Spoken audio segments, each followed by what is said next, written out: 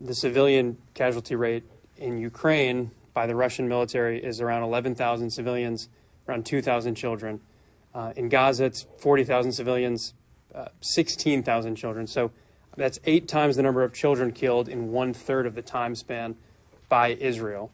So my question for you is if you could tell us about the moral calculus that has led this administration to spend over $100 billion supporting Ukraine to fight back against Russia, while we're spending tens of billions aiding Israel's military campaign in Gaza and using rhetoric, like Russia's aggression, defending Israel. We're getting ready to defend Israel for a regional war potential in the Middle East. So with that stark civilian casualty contrast, why have you determined that Russia's the bad guy and Israel's the good guy?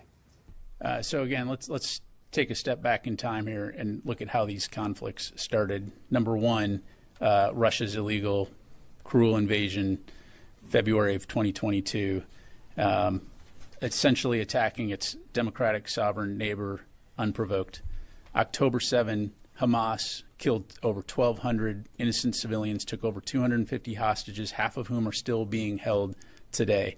So again, when it comes to the death of any civilian, from a Department of Defense standpoint, that's absolutely not something we want to see, and this is something that we constantly, repeatedly, publicly and privately discuss with our Israeli counterparts. I think this is also why it's vital that this ceasefire be signed immediately and that the hostages can be returned so that this war in Gaza can end and innocent civilians can stop suffering, whether they be Palestinian or Israeli. So the distinction real quick, though, was on the provocation. And so are you saying that the tens of thousands of ethnic Russians in the Donbass who were killed prior to the war, that was not a provocation? The record high deaths in the West Bank, that wasn't a provocation of Hamas? Yes, sir.